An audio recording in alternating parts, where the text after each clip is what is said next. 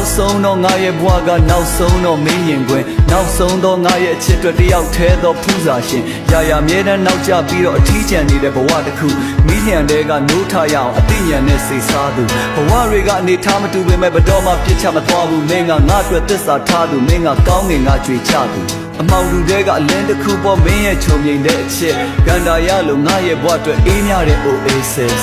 မင်းသိတဲ့အတိုင်းပါပဲအကုန်လုံးတော့မပြည့်စုံဘူးပေါ့ဒါပေမဲ့နှစ်ယောက်တူတွဲစွန့်စားမဲ့အတွေ့အကြုံတစ်ခုနော်လူတွေကတွေ့ဆုံကြုံကွဲလောကရဲ့မိယာမှာတဘောနောင်လာမဲ့ယထုအဆက်ဆက်ငါရဲ့အနာမည်ရှိမှလားပြောငါဒီမှာမင်းနန္တာပေါ့ရှင်မွေနှုံးမင်းစန္ဒာရောဒါမှမဟုတ်ပုံမြင်တဲ့ကခွန်ဆမ်လောနဲ့နန်းဦးတင်နော်ကန်ွယ်မြောက်အချစ်တွေလိုမျိုးငါတို့ရဲ့အမှတ်တရတွေပေါ့စိုးခဲစေနေစေမင်းနဲ့ငါလက်ထပ်ပြစီတော့ Hey ဘာဖြစ်ဖြစ်ချင်မဲ